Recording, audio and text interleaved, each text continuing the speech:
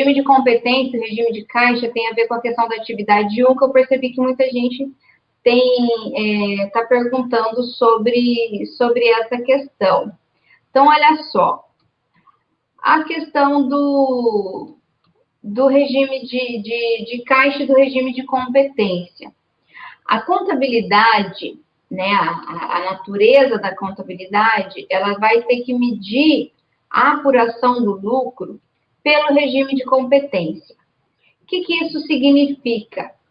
Que as receitas e as despesas deverão ser registradas conforme acontece o fato gerador da receita e o fato gerador da despesa.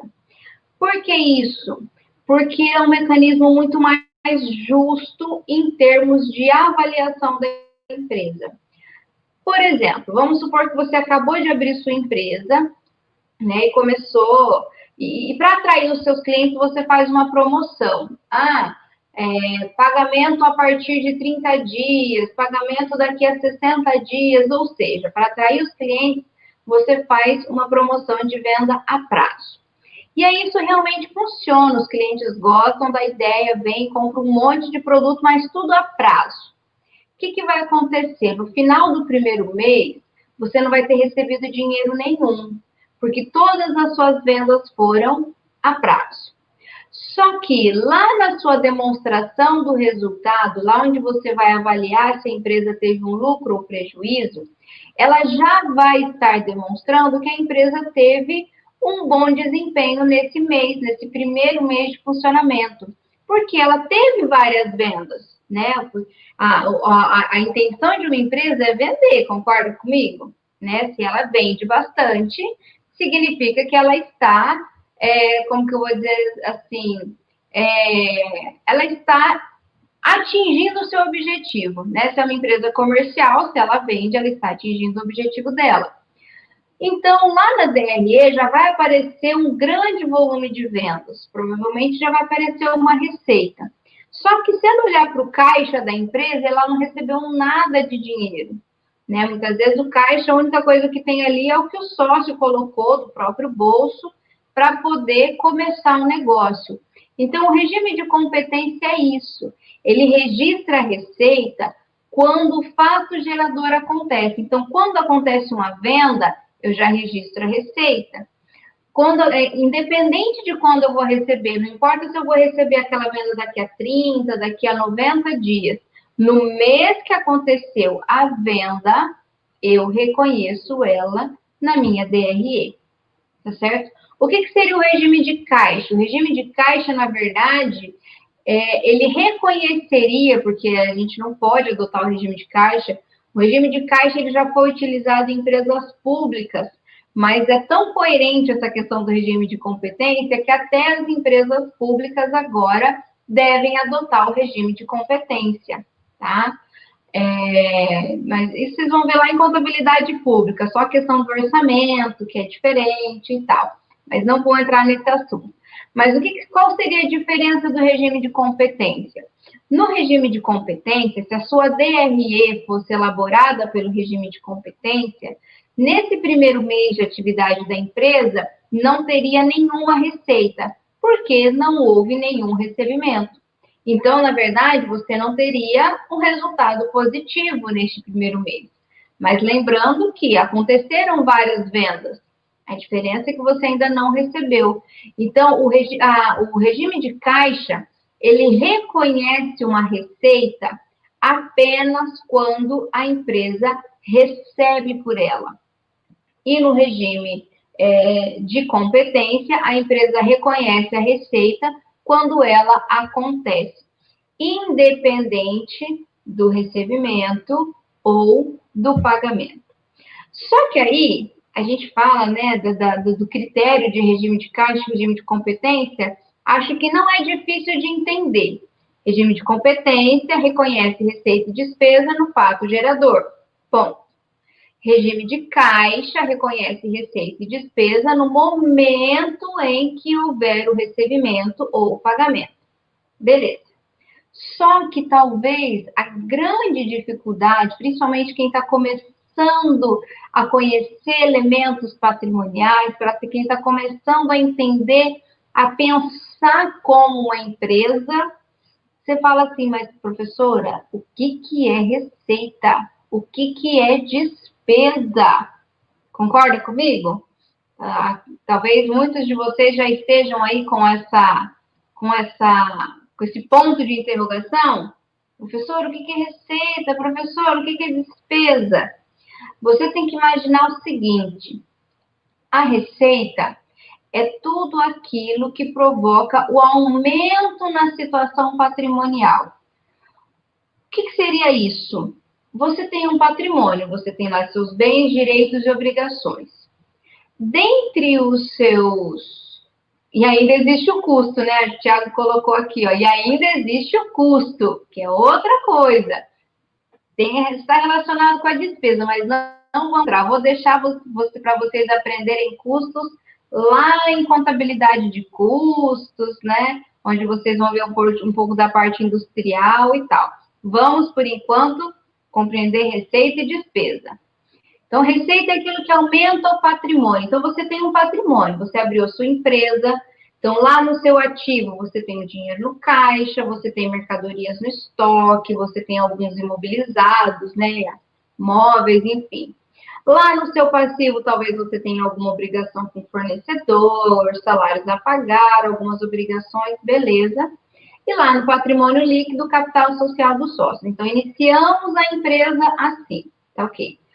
Aí, o que você faz? Você pega a sua mercadoria, vamos supor que custou R$ 1.000 para você adquirir as mercadorias que estão no seu estoque. Quando você for vender para o cliente, você não vai vender por R$ 1.000. Concorda comigo? Senão você não vai ganhar nada. Você vai pegar suas mercadorias que custaram 1.000 e vai vender por 2.000, por 3.000, para que haja um ganho em cima dessa mercadoria. Concorda comigo? Então, isso é uma receita. É aquilo que provoca um aumento no patrimônio. Por quê? Sai R$ 1.000 do seu patrimônio na forma de mercadorias e entra R$ 2.000, R$ 3.000 na forma de dinheiro ou na forma de duplicatas a receber, quando você vender a prazo. Então, tá vendo que houve um ganho? Saiu 1.000 e entrou 2. Então, isso é uma receita, né? Outro exemplo de receita, aplicação financeira.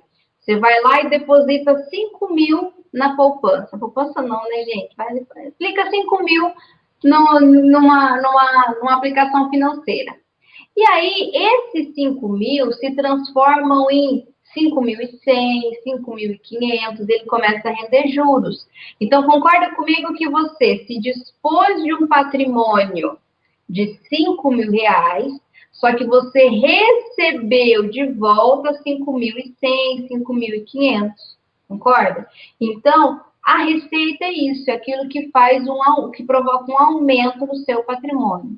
E a despesa é a mesma coisa. A mesma coisa não, é ao contrário, né? Aquilo que provoca a diminuição do seu patrimônio.